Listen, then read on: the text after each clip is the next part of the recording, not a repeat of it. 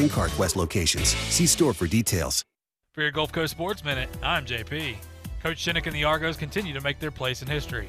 The Gulf South Conference named its Football All-Decade team for the 2010s, which featured 3 Argonauts and head coach Pete Shinnick being named Coach of the Decade. Marvin Conley was named to the first team, while Tate Latio and John Williamson were voted onto the second team. Shinnick has been the architect of one of the most inspiring startup programs in the history of college athletics, taking UWF to the NCAA Division II playoffs twice in 4 years of the program. In our recruiting spotlight this week, Jaheim Simmons for the West Florida Jags. Check his film and you will see all you need to know about this young man. At a shade under 200 pounds, Simmons runs like he's a fullback. This young man can punish you between the tackles, outrun you to the edge, and run by you in coverage. He truly is the complete package. Oh, you're looking for consistency? How about averaging over 5 yards a carry and 106 yards a game last year for the Jags? After he burst, he already has an offer to UAB and interest from schools in the ACC. And don't worry, there'll be more to come, you can bet on that. That's your Gulf Coast Sports Minute. I'm JP. The teams, the games, the fans, the local talk. This is ESPN Pensacola 1330 AM, 99.1 FM. This week in sports history, I'm JP.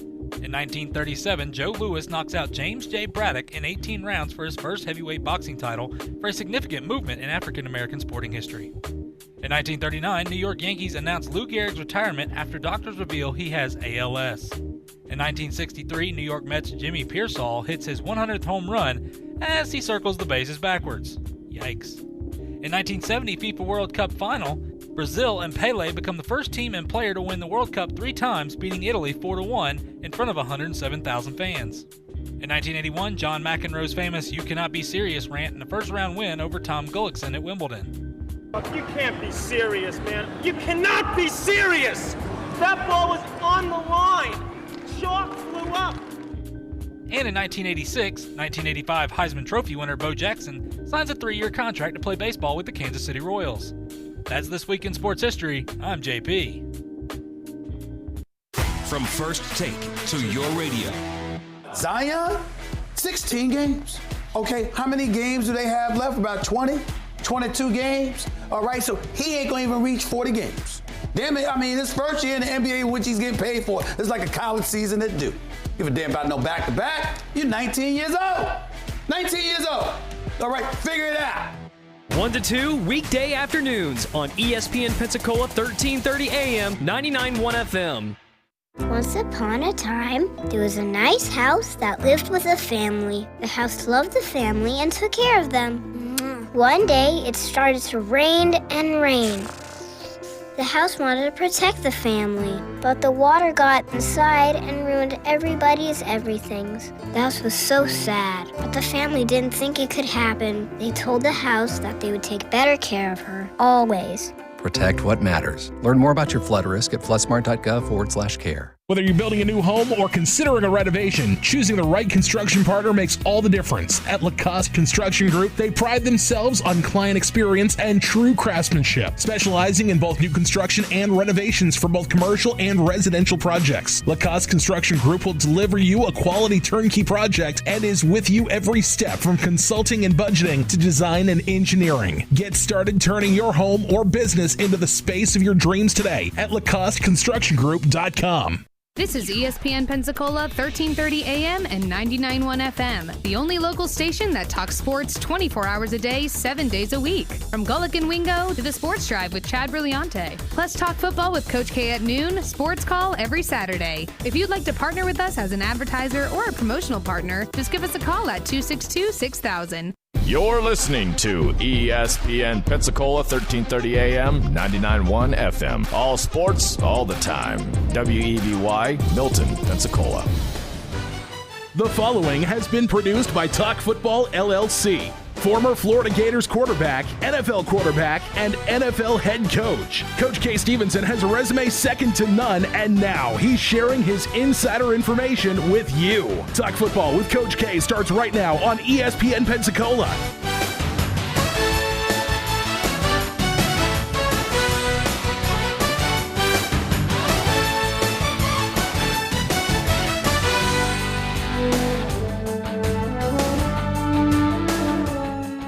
Welcome in to Talk Football with Coach K. JP here with you alongside former NFL head coach K. Stevenson. We appreciate everybody joining us here on the show today on this Tuesday afternoon. Obviously, look, a little rainy outside, getting some sunshine nonetheless. It's been a great day, and we're happy you joined us. Look, continue practicing social distancing, staying safe, of course, washing your hands. I'm sure you guys all, you know the drill by now. But, look, everybody don't panic with cases going up. Just continue to use caution and, well, use common sense and respect each other during this time as well. That's all I'm going to say on that part. I do, as we always start off the show. Look, we have a great show ahead of you. Coach Mike Vrabel of the Tennessee Titans will join us at 12:15. But I want to start off the show thanking our first responders and healthcare workers this time. It goes, once again, without saying what they do day in and day out, not just with COVID-19 going on, but just in the general aspect of things, of their daily life and their daily job. Look, in a time right now, and it is crazy regardless of which direction you look in, we thank them so much for what they do. We respect the heck out of them. Look, friends and family on both sides have given me great stories of the community supporting them as well, whether it's saying thank you so much for what you're doing, for your service that you do for us, or it's buying them lunch or whatever it is. Great support in our area. No surprise here in Pensacola. We live in such a great city. But I do want to thank as well the grocery store employees and truck drivers, all the essential workers out there. Thank you so much. This fight is not over with COVID-19, but we are moving forward. We are going to get through this. We are going to be stronger for this, and we thank you guys because I think it goes, look, a lot of people forget these people are out there on the front lines each and every day. Same thing with truck drivers out there delivering everything we need each and every day. They're one of those quiet heroes we never really talk about, but want to give them respect, everybody they deserve here on the show, of course. But first things first, Coach, how are you doing today, my friend? I'm doing great. Thank you, JP. And as always, I second your acknowledgement of those people that have done so much for us.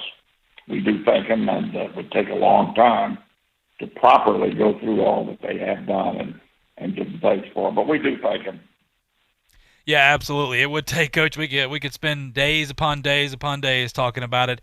But we appreciate it. And listen, if you're one of those listening, we appreciate you joining us. Our normal listeners, thank you for tuning in today. We have a special show for you. Of course, Coach Mike Vrabel joining us again, the Tennessee Titans head coach. Coach, you know I'm excited about that coming on at 12:15. Going to be great to hear from him and what's going on, not just with the Tennessee Titans organization, but NFL as well. Look, we all want to know what is going on behind the scenes. We'll get a little insight from him. But, Coach, I know we're pressed for time right here. I want to jump right into this. Look, the NFL mandated teams set up a tiered facility access. No big news here. Just want to let everybody know what's going on behind the scenes there. NFL, of course, they're supposed to report to training camp here soon. But they have Tier 1, Tier 2, and Tier 3. Now, Adam Schefter is the one reporting this. Tier 1, obviously, is players, coaches, trainers, physicians, and necessary personnel requiring direct access to the players. Tier 2 would be GMs, team presidents, football operation employees, other, of course, assistant coaches, video personnel, that type of people. Tier 3 would be operational personnel, which is in-house media and broadcast personnel, field managers, transportation providers. The reason I bring this up, Coach, is just simply this is what's going on right now is the NFL is part of their rules and trying to go through their protocols to make things as safe as possible. Basically, Tier 1 is just your necessary people to, well, go play football when you're talking about practicing, get these players correct or getting them in the correct places. No surprise here. Once again, not going to spend too much time on it. But, Coach, anything – would you expect anything other than these tiers and the protocols that the NFL is doing right now? No, and I've commented on it before. I have talked to a number of people with knowledge of what the NFL has done in the way of preparation, meaning that they've worked through virtually every possible situation that you can imagine, from startups being anywhere from the normal starting date, early September, to starting in November, October, November, whatever. And they work through all of the logistical problems that you might face. And, one thing that people get confused on is the word that came out that NFL teams would hope to start with a full stadium, when most people thought, well, no, they'll probably start with nobody in there, or at least a third of the stadium, and then incrementally increase the crowd.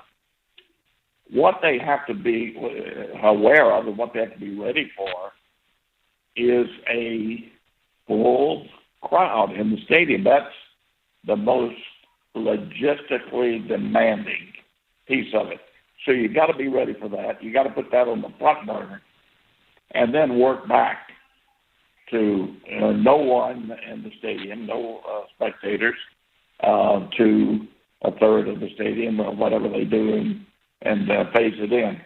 So they've gone through all of these scenarios and worked through them, how they might handle them, and I'm not surprised at all that they're starting to let out some of the information now. Yeah, I think it's look, business as usual right now. I think that's exact. What you said is exactly correct, Coach. And you've been there. You understand now. I know times are different right now with COVID-19. Nobody's seen anything like this, but look, for the NFL, you're right. Look, they're preparing as for full stadiums and everything. And Coach, going on to my next story here, the NFL and the NFLPA are discussing the possibility of playing only 2 preseason games this year, which is something that you mentioned, even possibly getting rid of the preseason as well. We're not sure what's going to happen. Right now, the NFL said 2 would be the absolute minimum for reasons unrelated to getting football teams ready to go. It's more along the lines, Coach, they're saying as, of course, getting every team a dry run, making it easier to execute what will be a very different game day experience when the season begins, whether adjusting to preparing for a game in their own stadium or to traveling and showing up and following guidelines in another city. It will be important to know how it looks and feels before forcing a team to experience it in their first regular season home and road games. Coach, when you look at this, do you believe, first things first, do you believe the NFL will be able to play these preseason games? And 2, do you think that the preseason games are actually necessary this time for what they're talking about of getting these players prepared of what they're going to experience? Well, let's look at it realistically. They're important, and I'll go over that in a moment. But I would not be surprised, I've said this since the beginning, that the most you could really, that I really see being played is 2. It wouldn't surprise me if they call them all off. Because what's the most important thing that has to happen? And you have to get to regular season. And you have to get there as prepared as possible from a health standpoint and having your people available.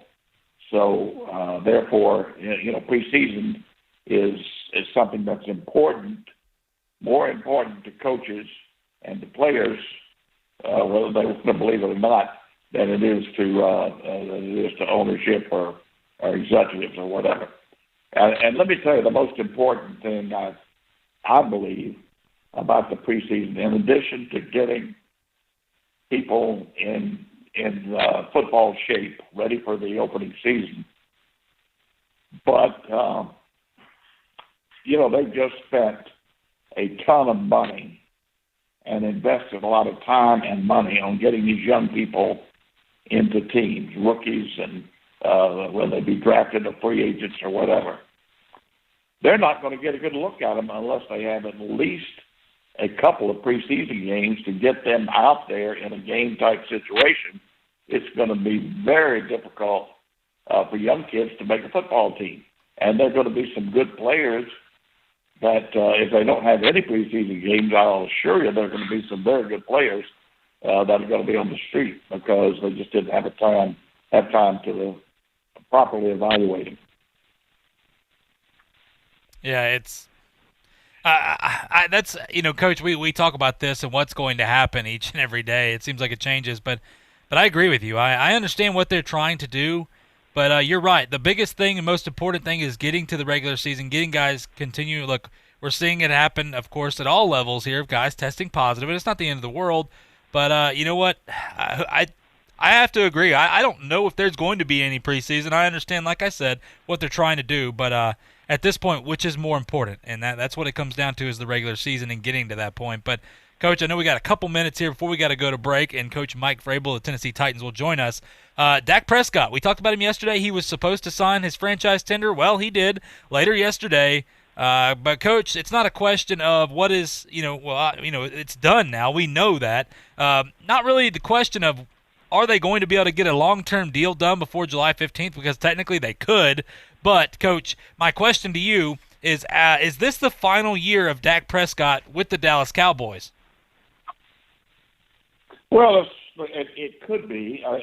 unless they come up with a better option, it very well could be. Now, I think you can almost bet on the fact that they don't believe he is the chosen one going to take the Cowboys to repeated Super Bowl championships. I know, I just know that without a doubt. And they have quite a bit to go on statistically even to verify that opinion. But whether it's going to be the last year or not, if they get through this year and they don't do very well, or I say don't win the Super Bowl, don't get to the playoffs, God forbid, you can bet on there being a change there.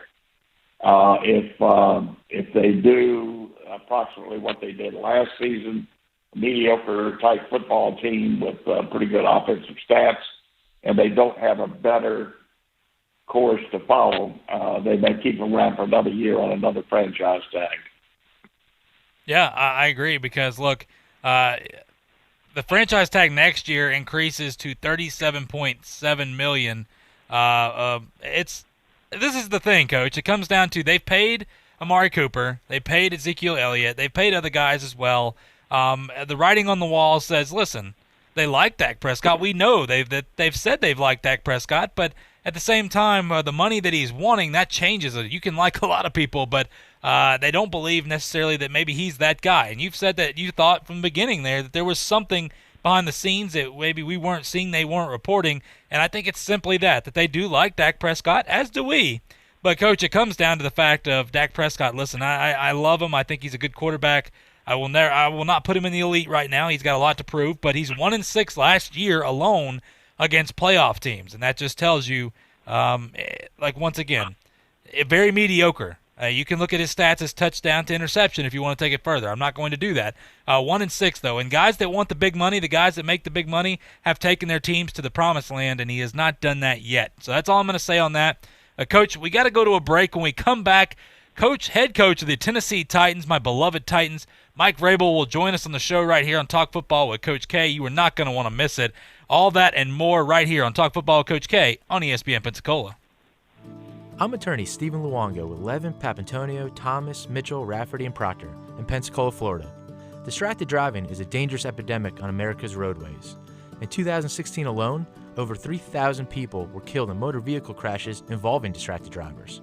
This according to the National Highway Traffic Safety Administration. For more information, please visit us today online at levinlaw.com. Please be safe on the roadways. Stop the text, stop the wrecks. When you're looking for a great deal on a reliable new or certified pre-owned vehicle, you can't beat Bob Tyler Toyota in Car City, Pensacola. Bob Tyler Toyota has the best selection in town at incredible low prices. You can check out their amazing inventory from Camrys to Tundra trucks to 4Runners. It's all at Bob Tyler Toyota, and you can find it online at bobtylertoyota.com. Also score a touchdown this football season with the car of your dreams. Again, it's only at Bob Tyler Toyota in Car City, Pensacola. Hello, sports fans. Miles Bentley here, General Manager at Hill Kelly Dodge Chrysler Jeep Ram in Pensacola. Growing up, I always loved sports. Nothing but net, out of the park, through the uprights. Sink the puck Bentley, that was me. But my love of the game couldn't beat my love for Pensacola and helping folks get on the road of dreams in a new Dodge Chrysler Jeep Ram. Sure, I never went to the big leagues in sport, but we're all pro here at Hill Kelly Dodge Chrysler Jeep Ram. Proud to be in Pensacola. Sometimes your bank, your family, and your friends love you, but they don't have the money to help you. Sometimes we have chances to make money, but the old saying, you've got to have money to make money, rings true.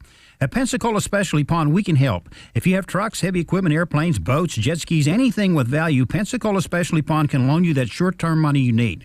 No credit checks, and at Pensacola Specialty Pond, you're going to find the money and the discretion you need. Now at 6428 Pensacola Boulevard, north of Car City. Call 432-9050, 432-9050. You can watch Coach K talk football live right now on our YouTube channel at ESPN Pensacola 1330.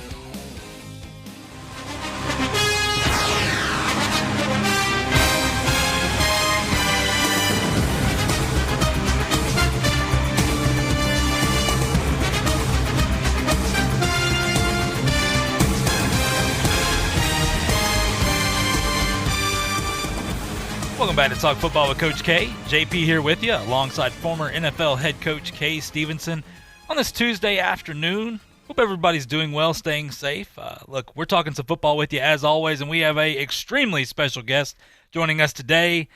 Means a lot for me to have him on the show with Coach. Coach, I know he's a great friend of yours as well. Head coach for the Tennessee Titans, Mike Vrabel.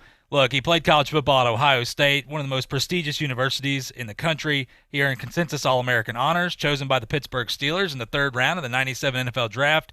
Of course, remember him, his time with New England Patriots.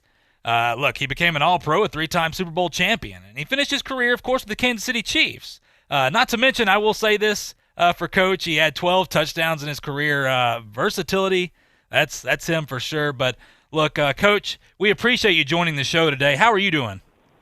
Wow, quite a introduction, fellas. I'm doing great. How are you guys? We are doing great here. Coach, I know Coach K wants to talk to you in just a second, but he actually gave me the honor of asking you a question. Look, Coach, I'm a diehard Tennessee Titan fan, so it is an honor to talk to you. I will say I appreciate the transformation already that we've seen with the Titans since you've come on board.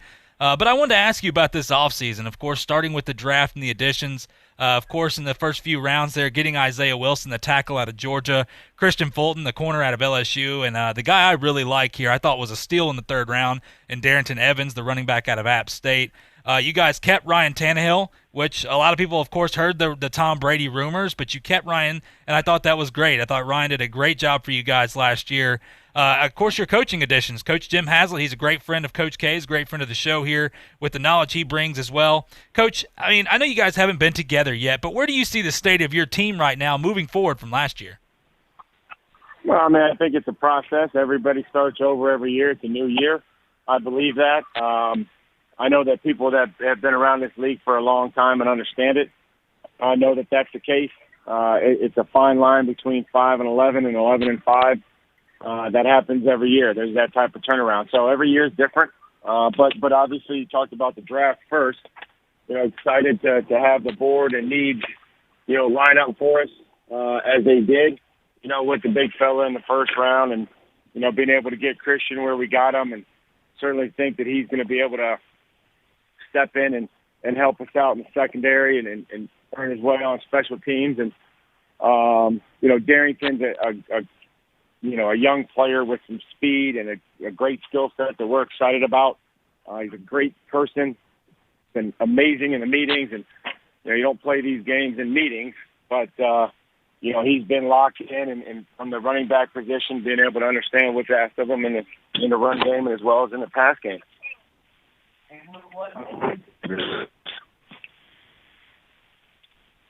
You guys got me? Yeah, we got you, Coach.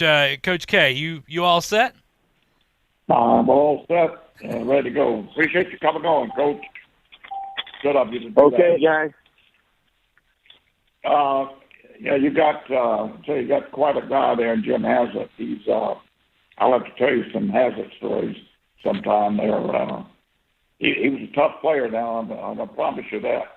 I can't even talk about some of his exploits there in Buffalo. They might still get him from the NFL level, but he's done a great job coaching as well. Listen, I want to ask you, I know this is a very, very unusual, difficult time, has to be, but what do you see in talking with other coaches, your staff and your people there and other coaches, where do you see the NFL's most likely path that they're going to follow at this point? Well, first of all, you mentioned the staff, and I'm proud of them. I'm proud of their efforts throughout the off season to be able to coach and teach virtually through the Zoom process. I thought they all improved their players in the manner in which they had to.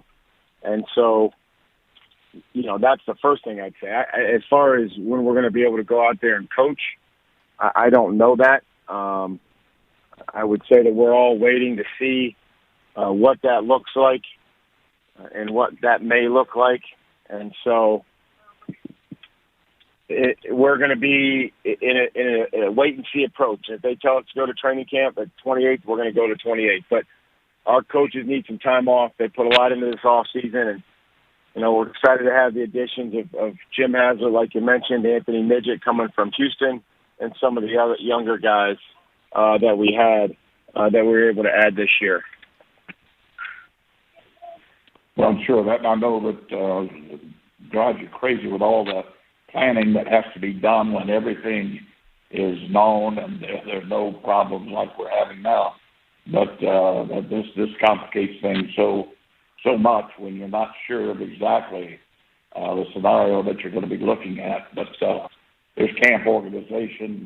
Now you've got to think about other things that may be forced on you, like adherence to some sort of, I don't know how in the world you're supposed to social distance for the game of football. But anyway, you've got some problems there. I'm sure you're going to have to work through, but you'll do it. Everybody will do it, and I think the NFL is going to play.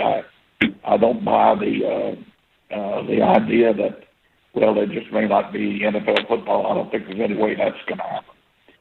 Well, let me jump to a couple of other things here. Coach, there are other teams, especially in your division. I think the Colts have really helped themselves, for example. But how do you see your division first stocking up right now? I mean, I think they all get better. I mean, that's what everybody's charged to do, okay? I mean, we all got a job, man. We're trying to get better every year, every week, and that's either by adding players. You either got to coach them better or get better players. And, we have free agency and the draft, and that's where we're at. You know what I mean? We felt like we had some really good free agents last year, and then I thought the draft helped us this year. I don't spend a whole lot of time looking around and peeking my head up out of the Tennessee Titans hole. I try to focus on us and understand we're going to play the Colts twice, we're going to play the Texans twice, and we're going to play the Jaguars twice. So it's a long season. Right now, the best thing we can do is focus on the Titans. Yeah, I'm sure of that, and I understand that totally. You got enough to deal with there.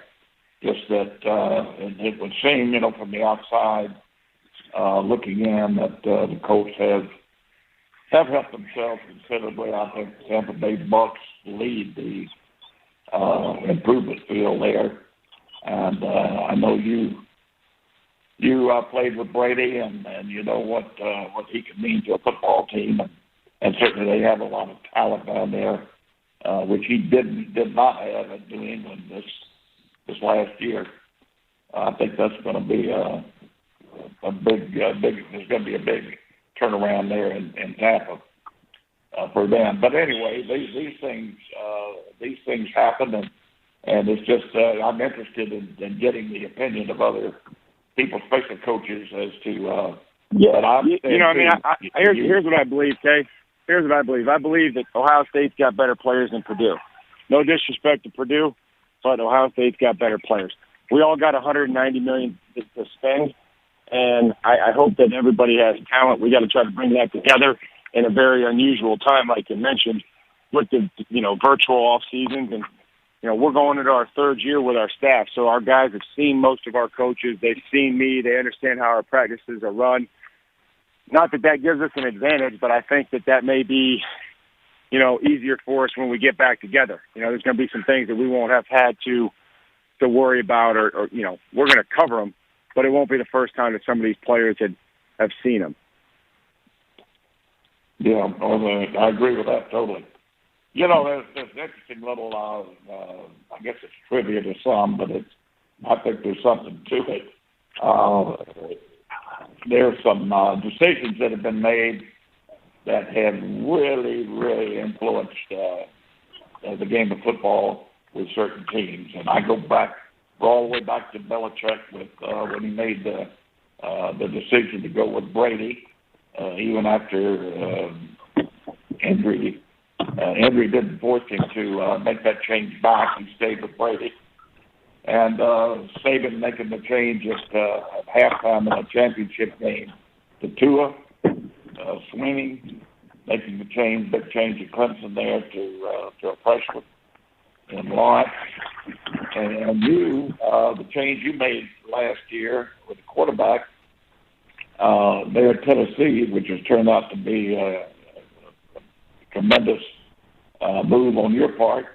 But those, they show two or three things. One, they show how important it is for a coach to make those decisions, have the guts and the courage to come up and make them, and then what a quarterback can mean to a football team and the end result. But I think there's an awful lot to it. There certainly is, and I think as a leader you have to be decisive. I mean, I think you have to be prepared, but you also have to be decisive and always do what's best for the football team. That's at that point in time, that's what I thought was best for our football team, and we'll have to continue down that path and stick with our plan going forward. Yeah, well, you know as well as I do, there's some coaches that can't pull that trigger, and there's no question about it. They will not pull that trigger. So my coach was a smart guy at Ohio State one time. He said, "Don't save him for the next guy. Don't save him for the next coach." So make sure you play the guys you think give you the best chance to win, and don't save them for the next guy. I thought that was kind of funny. That's right. That's my hats off to you for making that change. It was certainly the right thing to do. Now, let me ask you this, just out of curiosity more than anything else. The time you spent with Coach Belichick up there in New England, how would you summarize what they call the Patriot way or the Belichick method? How would you summarize that particular situation up there? And then further, how has that, if at any, has that impacted your philosophy as a head coach? Sure. I mean, I think that what I learned there in 8 years as a player was that one is to put the team first in every decision, ask the coaches and ask the players to do that, ask their families to do that. That's a hard thing to do sometimes because, we all want our own personal interests that are important to us, but we got to put the team first. It's about being prepared. It's about not panicking. It's about continuing to improve throughout the course of the season, finding ways to improve. It's about maybe not having the best 53 players on the roster, but the right 53. Putting together a roster that you think is going to give you the best chance to win week in and week out. I think versatility is critically important. I not only learned a lot from Bill, but some of the other places that I've been with Bill Cowher in Pittsburgh, Urban Meyer at Ohio State, Romeo Crennel, Bill O'Brien was critically important to me being here. So there's a lot of people things that I took from all those people. Well, I'm sure of that. Listen, you have certainly made JP's day and probably his year. Yeah, you have. I promise you that. We really appreciate you coming on, and we're not going to take up any more of your time. And I do appreciate it very much, Coach. You got it, guys. That was fun, man. I appreciate it. Thank you, Coach. Okay. Thanks, guys. Bye-bye. And that's Coach Mike Vrabel right there, the head coach of the Tennessee Titans. And, it was awesome as a Tennessee Titan fan. Look, I know I'm almost 30 years old, but it's always great to hear from guys like that, especially since, you cover them so closely as a fan. It's like for any Alabama fan that's ever met Nick Saban. It doesn't matter if you're a 10-year-old kid or you're a 75-year-old man. It doesn't matter. It's always special to meet those type of people. Great guy as well. Great insight right there. And look, I think it's no surprise to a lot of people growing up with playing for Belichick, understanding, playing for or being a part with Urban Meyer and Bill O'Brien, Romeo Crennel, all those guys he named there. He's straight business. That's the way that he operates. And like I said, no surprise to me. But great news, and look, the Tennessee Titans, they have their work cut out for them, but nonetheless, great to hear from Coach Mike Vrabel. We're going to go to a break. When we come back, we're going to talk about agree or disagree again right here. We'll get into some college news as well as some NFL quarterbacks, breaking down some more power rankings in the show as well. We got a lot to get to in a little bit of time right here weather is getting a little nasty outside. Everybody drive safe. It just popped up out of nowhere, so just want to say that to folks. If you're hitting the roads, be very careful. But we're going to come right back here on Talk Football with Coach K on ESPN Pensacola. I'm attorney Stephen Luongo with Levin, Papantonio, Thomas, Mitchell, Rafferty, and Proctor in Pensacola, Florida. Distracted driving is a dangerous epidemic on America's roadways. In 2016 alone, over 3,000 people were killed in motor vehicle crashes involving distracted drivers. This according to the National Highway Traffic Safety Administration. For more information, please visit us today online at levinlaw.com. Please be safe on the roadways. Stop the text, stop the wrecks. When you're looking for a great deal on a reliable new or certified pre-owned vehicle, you can't beat Bob Tyler Toyota in Car City, Pensacola. Bob Tyler Toyota has the best selection in town at incredible low prices. You can check out their amazing inventory from Camrys to Tundra trucks to 4Runners. It's all at Bob Tyler Toyota, and you can find it online at bobtylertoyota.com. Also score a touchdown this football season with the car of your dreams. Again, it's only at Bob Tyler Toyota in Car City, Pensacola. Hello, sports fans. Miles Bentley here, General Manager at Hill Kelly Dodge Chrysler Jeep Ram in Pensacola. Growing up, I always loved sports. Nothing but net, out of the park, through the uprights. Sink the puck, Bentley. That was me. But my love of the game couldn't beat my love for Pensacola and helping folks get on the road of dreams in a new Dodge Chrysler Jeep Ram. Sure, I never went to the big leagues in sport, but we're all pro here at Hill Kelly Dodge Chrysler Jeep Ram. Proud to be in Pensacola. I'm Troy Rafferty, and many of you know about my love for sports and my longtime support for our local high school athletes. One thing these fine young people have taught me over the years is this: whether it's on the ball field, in the classroom, or in a court of law, always work your hardest and achieve the best results possible. And that is the commitment we make to our clients and our community. Levin Papantonio in Pensacola since 1955. I love you. Who's that good baby? That's right. Petland Pensacola now has pet birds to brighten your home. Offer companionship and mental well-being. Petland's birds are all bred in the USA, and Petland's counselors will help you pick out the perfect pet bird. Choose from ringnecks, cockatiels, mustache parakeets, and parakeets in several colors, macaws, and coming soon, blue-fronted Amazon and umbrella cockatoos. Petland on Davis Highway next to Big Lots in Pensacola. Over the last few months, we've realized that those excuses of not doing yard work, you've had to pay up. No excuses to get fat eating a bunch of rancid chicken wings and 3 pitchers because it's football Sunday. Tired of trying to pronounce names overseas at 4 a.m. that we don't know in Korea in baseball. But sports is coming back, and we're optimistic to carry all the biggest games on the Sports Drive, 5 to 7 each and every night on ESPN Pensacola. Thank God all of this didn't happen during college football season. Hey, this is Chad Brillante from the Afternoon Sports Drive, and you're listening to Talk Football with Coach K on ESPN Pensacola, 1330 AM, 99.1 FM.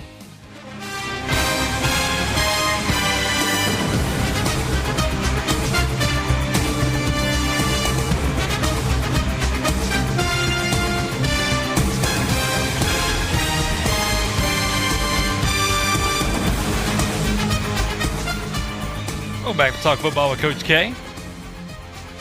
JP here with you alongside former NFL head coach Kay Stevenson. This Tuesday afternoon, a little nasty weather outside coming out of nowhere. Typical summer showers here in the South. We know all about that. Hope everybody's doing well. We appreciate you joining us on the show. Of course, we appreciate Coach Mike Vrabel, head coach of the Tennessee Titans, joining us last segment. Look, that was awesome. And look, if you missed it, you, of course, can go to our YouTube page at ESPN Pensacola 1330. Rewatch the show once it's done. You can watch it live right now as well. A great interview, Coach. It was awesome to hear from him. But, look, I think one thing, like I said before, Coach, with Mike Vrabel, just listening to him talk, that is a man of straight business. He is get to the point. And you see the reason the Tennessee Titans have turned that program around, and you also see a little bit of all those coaches, those big-name coaches that he has either played under, coached with, or whatever, that he has taken a little bit from each one of them and turned it into his own coaching style. But it was awesome to hear from him. Yeah, there's no doubt about it. He is a straightforward, get it done. I appreciated his approach that we've got so much to take care of here with the Titans. We've got to keep our head down, our eyes on our football team here. But now let me tell you, I don't care who you are or how much you believe in that philosophy, and you do, but there is a time in the off season when you evaluate other teams, certainly in your division. You make some tremendous progress in preparing for those teams in the off season. You get an awful lot of information concerning tendencies, and you even go back. I know it was there certain teams we played.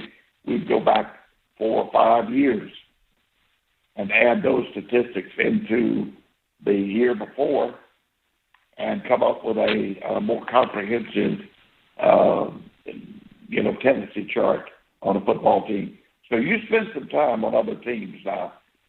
You do. It's not likely that he would give us too much information on other teams that they're going to play against, hoping that you don't want anything to get out on that. Certainly, you don't want to get bulletin board information out there for anybody. But you can bet they've got a pretty good handle on their division, and I would bet that their concern right now would be for what the Colts have done to make themselves a better football team. Coach, you talk about tendencies, and you talk about the other teams like paying attention to what they're doing.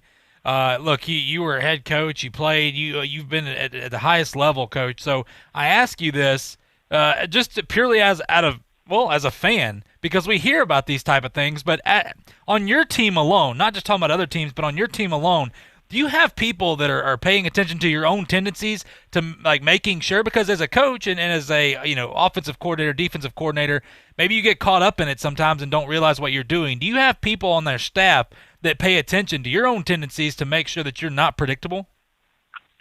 Oh, sure. You're taking off your games first. That's the first thing you do, is you take off each your game, and then you go back in. And usually teams, and let me tell you what the norm is. In the National Football League, it used to be you go back 3 games, and they would take the last 3 games that you played, and that would constitute your tendencies based on the last 3. Now, early in the season, you've got to go back to the season before and put in as many as you want. And as I said, sometimes we'd go back 4 and 5 years to get a handle on first and second game opponents. But then after that, you'd usually we'd put in rather than 3, we'd put in 4 or 5 games. And we do that about ourselves as well in getting the tendencies. So you get a pretty good idea. You have to break those tendencies. Otherwise, down and distance and field position, if your tendencies hold up at 65% or better, 60% or better, you're going to give the opposing football team a tremendous advantage. So, yeah, and you don't have to break it every time. You just early in the ball game, let's say that if you run the ball a certain down and distance field position, it's 100% or 75 or 80% that you're running the football, then you may want to early in the ball game throw in that situation, get them off a little bit, or if you throw during a certain down and distance field position the majority of the time, and it's a heavy tendency, and certainly with that combined with the type of routes that you're throwing and the formations that you're using, and if all that types together and gives them a tendency that they can be sure of, you're really at a disadvantage. So you got to break that tendency. You want to break it early in the ball game and have them second guessing their coaches. Coach said they were going to be in this, and they're not, and they completely fooled us. Certainly, and especially if you can be successful while you're breaking those tendencies, it's even double jeopardy for the opponent.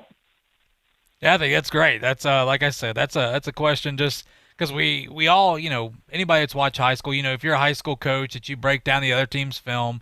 But just interesting aspect to understand how, do you have the folks on your squad as well that go through your film, even in the game as well, to make sure that you're not, staying the same, whether you breaking the mold there, not, your tendencies aren't the same moving on. I thought that was awesome. Good to hear from that though, Coach. Just curious. It's little questions like that you never know. Like I said, I've never played in the NFL. You've played and coached, so I deflect that to you. But Coach, want to get to a couple things here. Look, back to agree or disagree here. Now, these were statements made by other SEC coaches about SEC programs and maybe other SEC coaches. Now, the coaches that said this obviously are anonymous. They were not. It'd be a lot more fun if we knew who it was. But first question, Coach, I'm going to ask you, agree or disagree on this statement? Now, talking about Mississippi State and, of course, their defensive struggles with Mike Leach, we know that at Washington State he wasn't exactly a defensive guru, but he has some pretty good offenses. But it said it could be bad, especially if there's a learning curve for the offense, and they're creating a lot of quick, non-scoring drives. This is a ruthless, physical league that's built on the line of scrimmage. We're going to find out right away if the teams just grind them down. And does that hurt them in recruiting on the defensive side of the ball? Coach, agree or disagree with that statement? I think you have to agree maybe to some extent, but I don't think that's all-encompassing. Leach is going to do he's no dummy by any stretch. He's a very bright guy. Now, offensively, we know they're going to be unorthodox. They're going to present problems that other teams have not worked on that much. And defensively, he's going to go out and recruit some very good football players defensively. You can bet on it. And he's got a pretty good story to tell. When he can show what they've done at previous stops, what he's done at previous stops, it's going to enable him to recruit better players, both offensively and defensively, because they know they've got a chance to win, and they're not being recruited, let's say, that heavily by, they know they're not going to get a chance to go to Alabama or LSU or Florida, somewhere like that, but they're still good football players. He's going to have a heck of a chance to get those guys, and he'll pick off a couple of guys that have some opportunities to go to the big schools, the major schools as well. So I don't totally buy it. I think he's a bright guy and he'll recruit well. Yeah, I do too. I think guys are going to want to be a part of it because it's something different. I'm interested to see how it's going to impact the SEC because we don't really have a team like that in the SEC, and there are a lot of teams that like to grind it out style, but we'll see. I think it's going to be interesting nonetheless. But, Coach, next question here, of course, about Jimbo Fisher. We've talked about him at Texas A&M, but it's the if not now, when question here of this is the season that's going to make or break Jimbo Fisher. It's not that he's on the hot seat at all with that contract he has, but this is the year he has to show them he can make A&M a national title contender. The schedule is as good as they can manage it in the SEC, and they could be undefeated heading into the November games. Now, that is, of course, referencing they finished the season there with Alabama and LSU to finish the season. But, Coach, the schedule last year was extremely tough. Losing the 5 games that they should have lost when you really break it down. But, Coach, agree or disagree that this is the season that could make or break Jimbo Fisher and that Texas A&M squad? I don't really buy that. I think it's an important year, but it's not a make or break year for Jimbo Fisher. I think, quite frankly, that he's got which I've said before, an outstanding situation there at Texas A&M, and he's going to be expected at some point to win a national championship. Now, you can bet that's why they brought him in there, and that's why they paid him with the contract that he has. So he's going to be expected to do that. I don't think it would be this year. First, I don't think they have the quarterback to do it. And secondly, they're just not as totally deep with the talent as would be probably Alabama, Georgia, maybe even Florida, Florida and LSU at this point. They will be.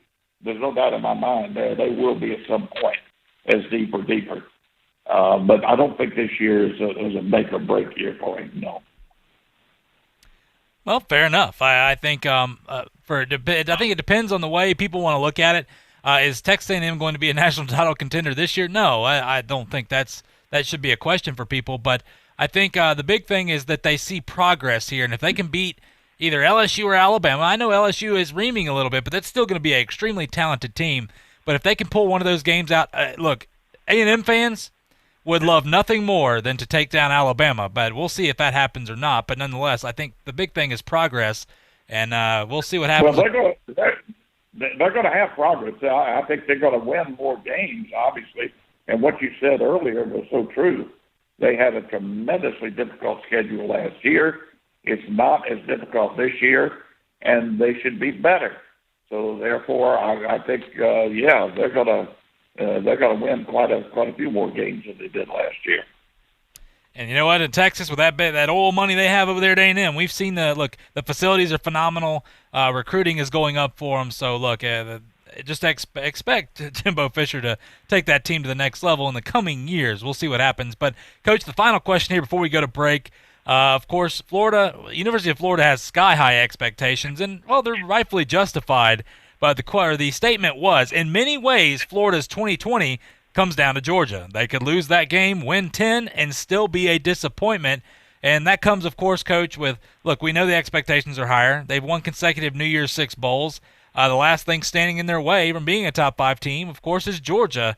So, Coach, agree or disagree with that statement that in many ways Florida's 2020 comes down to Georgia, that they could lose that game, win 10, and be a disappointment? Well, I have to say, in many ways, I do agree with that.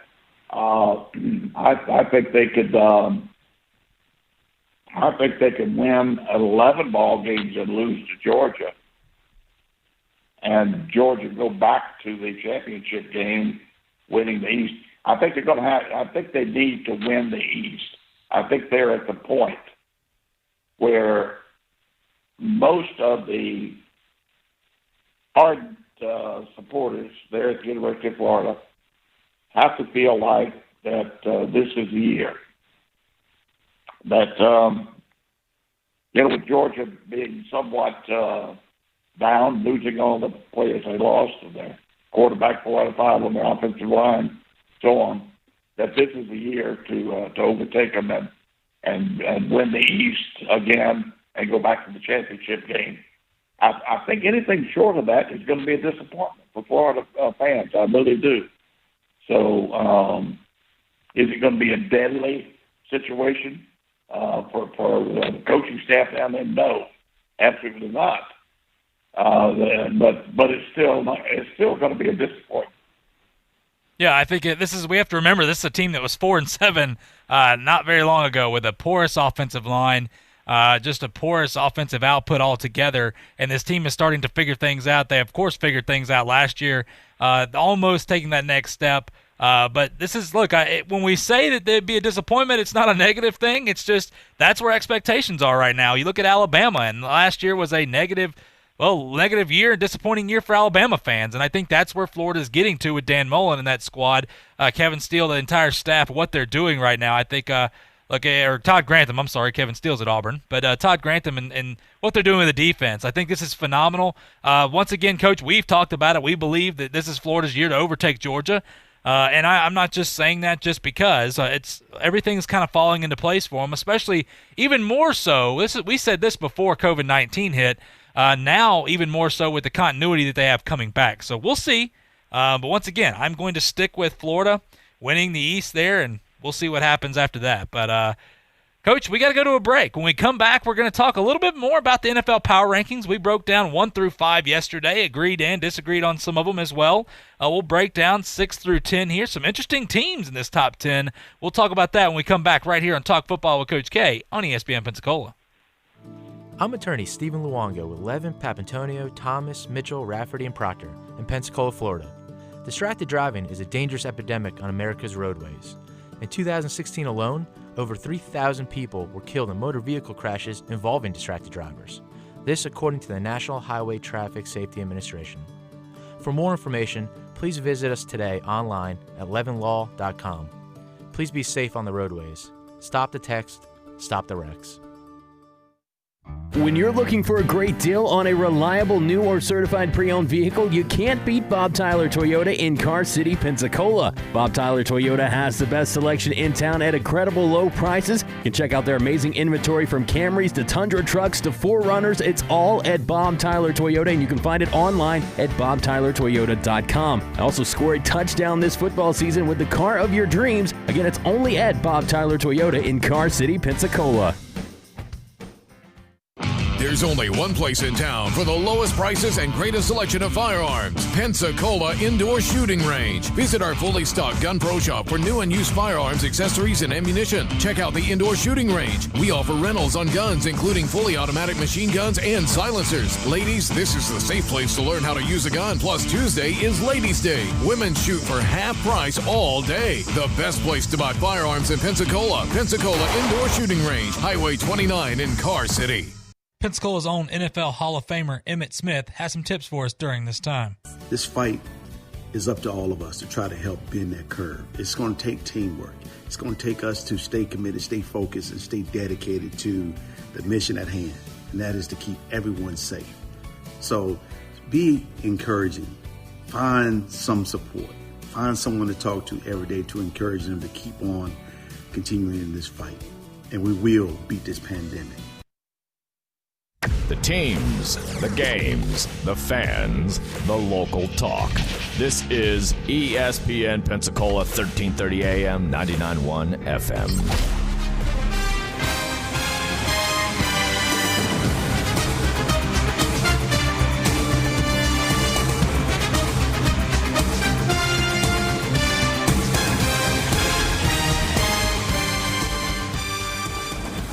Welcome back to Talk Football with Coach K. JP here with you alongside former NFL head coach Kay Stevenson.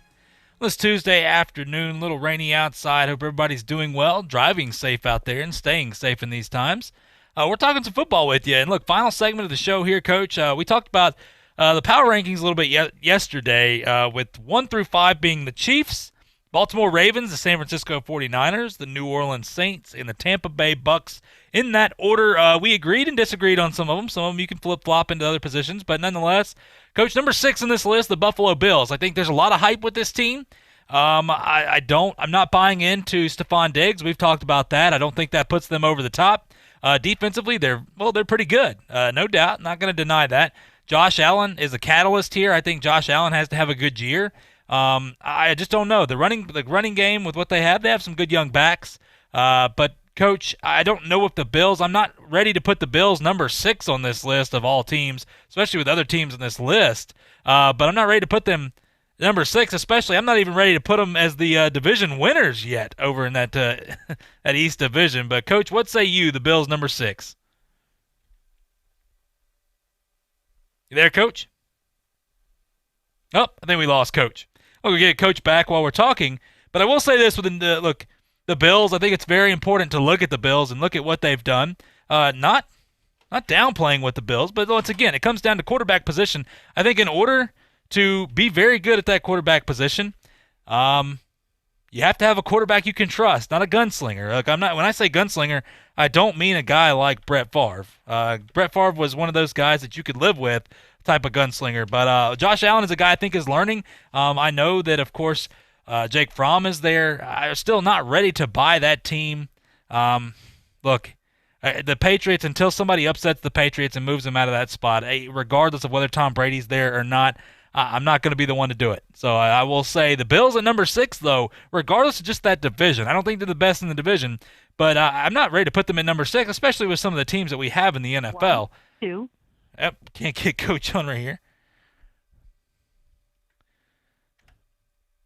But anyway, we'll try to get Coach back once again. The Bills, number 6, not going to buy that. Here we go, number 7, the Green Bay Packers. The Green Bay Packers, number 7, I will fault this as well. I think I like the team a lot. I have no problem with them being number 7. I like them. I would put them ahead of the Buffalo Bills, to be quite honest with you, with Aaron Rodgers in the squad. Once again, it comes down to I thought the Green Bay Packers had an opportunity this offseason to take a tremendous step forward. They were one game away from making the Super Bowl, and this team, goes and drafts Jordan Love. And I don't have a problem necessarily. I don't agree with drafting Jordan Love, but it's the rest of the draft. If you're going to draft Jordan Love in the first round, you better go get him some help, Aaron Rodgers some help, because he had Devontae Adams last year, and when Adams was out, still he was able to get this team one game away. I think it's inevitable to say, well, Aaron Rodgers' numbers are down. Yes, because look at Tom Brady's numbers. His numbers were down as well because you don't have anybody to throw to. I think that's a tremendous part of the game here. But regardless, moving on here to number 8. I know we only have a couple minutes left. The Tennessee Titans. We just talked to head coach Mike Vrabel. And for Coach Mike Vrabel, of course, straight business. I think that was a great interview. You just showed, look, that's a lot of what Belichick has instilled in him, as long as some of these other coaches. Great to hear from him. But the Tennessee Titans, look, I thought as a Tennessee Titan fan, I am very critical of the Titans for so many years, following them so closely, wanting them to take that next step, and they never did. Look, we know Ryan Tannehill, what he did last year was great. Look, he got a 4-year, $118 million contract, and justifiably so. I think Arthur Smith, the offensive coordinator, deserves a lot of credit. I think Vrabel adjusting that coaching staff as well, taking that team, making the decision to take a guy like Mariota out and put Tannehill in. Now, when Tannehill came in, he was just supposed to be a glorified backup, but nonetheless, it is what it is at this point. Look, I like the Tennessee Titans here at number 8. I'm interested to see how this is going to work in the division solely because of the Indianapolis Colts. Don't forget about the Houston Texans. I know they made some mistakes getting rid of some people this offseason, but nonetheless, they've always been right there in the hunt. When you have a guy like Deshaun Watson, it's hard to count them out. Number 9 here, the Dallas Cowboys. This is a team that I would actually bump up a little bit.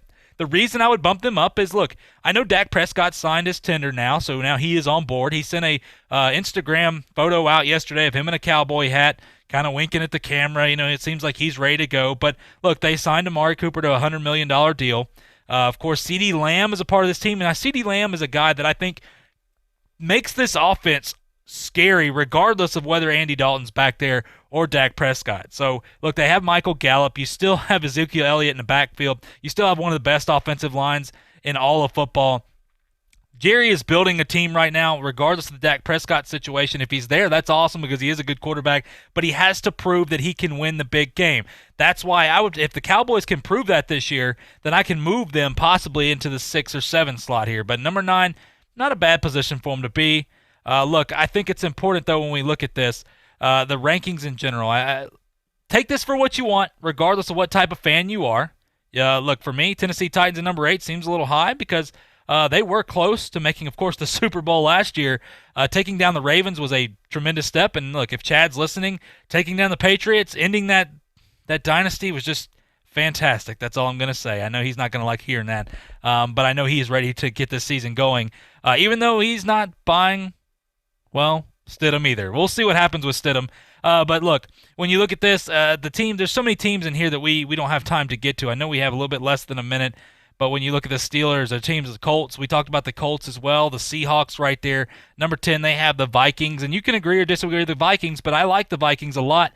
Like I said, Stephon Diggs going to the Buffalo Bills, I thought was a good move because of what they got back. They got Justin Jefferson, so you're basically trading them and a couple more picks they got as well. I like this Vikings team. I just think this Vikings team is going to be really good. The defense is not as good as it used to be. I like Kirk Cousins and what he's doing. I just think there's not going to be a whole lot of, things going on around that locker room as much as hearing from Stephon Diggs and crew. Adam Thielen's there, and I think he just solidifies those guys. But, look, we couldn't get Coach back. Our phone system went down. We're social distancing here as well. But, look, we appreciate you joining us. We appreciate Coach Mike Vrabel joining the show as well. Always great to hear from him. Look, we'll be back same time tomorrow talking some football with you right here on Talk Football with Coach K on ESPN Pensacola. This is ESPN Pensacola 1330 AM and 99.1 FM, the only local station that talks sports 24 hours a day, 7 days a week. From Gullick and Wingo to the Sports Drive with Chad Brillante. Plus talk football with Coach K at noon, sports call every Saturday. If you'd like to partner with us as an advertiser or a promotional partner, just give us a call at 262-6000. You're listening to ESPN Pensacola 1330 AM, 99.1 FM. All sports, all the time. WEBY, Milton, Pensacola.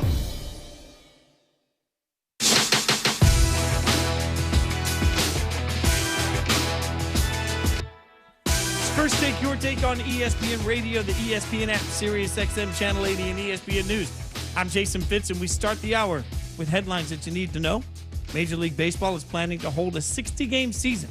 It will start around July 24th. They first need players to sign off on a health and safety protocol and to pledge to arrive at home stadiums by July 1st to prepare for the season. Sources familiar with the situation have told ESPN. Owners voted to implement a 60-game season on Monday, hours after the MLB Players Association rejected a 60-game proposal that would have included an expanded postseason and other ancillary salary bumps. So 3 months of negotiations are done, and we now know that at least according to these reports, we'll be looking at a season beginning around July 24th. Next up, Andre Drummond has decided to pick up his player option that will keep him with Cleveland for another year. Drummond was traded to the Cavs by the Detroit Pistons in February and has a $28.75 million option for the 2020-2021 season. He said on Tuesday's episode of the ESPN podcast, Le Batard and Friends Stupidity, that he, quote, definitely will be in Cleveland next season. Quote, yeah, it's going to be hard to give up, so you can count on me being in Cleveland still. I definitely will be in Cleveland. So we know what that means moving forward for the Cavs. Somebody that we don't know where they'll be playing this fall is Mississippi State running back Kylan Hill. Said on social media Monday he would not play for the Bulldogs this upcoming season unless the state flag is changed. He tweeted in response to Mississippi Governor Tate Reeves, who posted on Twitter that a proposal among some in the state legislature to create a second Mississippi flag, quote, does not meet the threshold and would, quote, divide our state more. So, in response, the superstar running back quoted, either change the flag or I won't be representing the state anymore. And I meant that. I'm tired. So at this point, the running back, who remember last year was one of the best in the SEC, rushed for 1,350 yards, 10 touchdowns. Last season has 2,477 yards rushing in his career. This is not an insignificant player for Mississippi State, and comes back and says he will not play unless the flag is changed. Those are the headlines that you need to know. First Take Your Take, ESPN Radio, ESPN News. I'm Jason Fitz. We're presented by Progressive Insurance, and you guys can hang out with us on the Shell Pennzoil Performance Line. 888-SAY-ESPN, 888-729-3776. I want your take on your reaction to the 60-game Major League Baseball season. Now, a lot of people are massive sports fans, so we just want to see anything. We're so starved for it that we'll get it. I'll take that take all day. We'll take that take. I don't want to quell anybody's thoughts on the issue. However, I also want to hear from the other side of it. If you're a Major League Baseball purist and you're not happy with it, you're not excited about it, if you're not in, I want to know that too. 888-SAY-ESPN, 888-729-3776. We'll take more of your take in just a minute, but first, it's time for some Straight Talk, brought to you by Straight Talk Wireless. And the Straight Talk comes in the reaction to what we saw yesterday in Talladega. Now, I've been, obviously with ESPN a little over 3 years, and I've been around enough to watch Twitter on Mondays and not usually see this sort of eruption around NASCAR. We don't see the amount of social media activity that we've seen of late around NASCAR every time there's a race. And Monday was a great indication of that. And the number of people, myself included, that were out on social media reading the tweets about the race as we watched it, the number of people that were talking about it, asking questions, Bernard Pollard doing a great job out on Twitter, asking the questions we all have as we all try and get educated on the sport because of what we're seeing, because of the massive changes we've seen across the landscape of NASCAR. I don't think it's hyperbole, I should say, to come in and say, you know what, we're watching NASCAR change in front of our very eyes. So, with what we saw yesterday and drivers coming together in the NASCAR community, walking with Bubba Wallace at Talladega, the question is, what's the reaction? What's it mean? What's it say to Stephen A. Smith and Max Kellerman? They chimed in with their reaction to Bubba and NASCAR at Talladega today on First Take. I was definitely pleased with the participation on behalf of his contemporaries in the sport of NASCAR. They deserve credit for standing with him and being supportive of him. Obviously, I'm very, very proud of him and the stance that he has taken, considering the environment in which he works. I think it says a lot. And so their willingness to stand with him and to make sure that the world knew that they stood beside him. And, as Marty Smith articulated, you mess with one of us. One of the drivers said, you mess with one of us, you mess with all of us. We saw a lot of them be very, very supportive of him, and it just shows that the sport appears to be moving in a very, very forward direction, and they deserve credit for that. The thing about it is, though, I'm not going to throw a parade. I don't feel the need to, quote-unquote, celebrate to some degree because, obviously, it's a symbolic gesture. And to Max's credit, Max has brought up the importance of symbolic gestures over the last few weeks, and I'd be remiss in neglecting to mention that Max is right about that, in terms of highlighting its importance, that it has to start somewhere. I'm concerned more with the finish line than I am with the starting point. And to me, where do you go from here? If you remember, in 2004, NASCAR had a program, Drive for Diversity, in order to showcase its willingness to be more inclusionary and to get more African Americans and more minorities involved in the sport. Years later, we had learned it was not met with much success at all. I think you had about 4 or 5 black drivers in NASCAR's history, for crying out loud, Bubba Wallace being the latest. You had others that came before him, like Wendell Scott, obviously, who started in 1961. We get all of that. The thing about it is, though, for all of these decades, while everybody else became very, very inclusionary, even while approximately 8% of the sport of NASCAR happened to be diverse, happened to be of African-American descent, we still didn't see their practices indicate anything that was inclusionary whatsoever, as far as I'm concerned. And that's where I stand today. I'm looking at these symbolic gestures and I'm saying, okay, it's nice. I appreciate it. I like that. Thank you very much. But what are you going to do beyond this, other than these symbolic gestures? Are you going to put more muscle behind Drive for Diversity? Are you going to get more people employed in the sport of NASCAR? Are you going to engage in really proliferating more participation? What are the kind of things that you are going to do so we don't have to worry about Bubba Wallace standing alone in that situation as an African American, completely dependent on his white contemporaries to stand by his side, in front of him, and behind him to sort of support him in the way that they did yesterday? I think that white participation is incredibly pivotal. We understand it. We understand that the change that we want can't happen without white participation and a willingness by those in privileged positions who happen to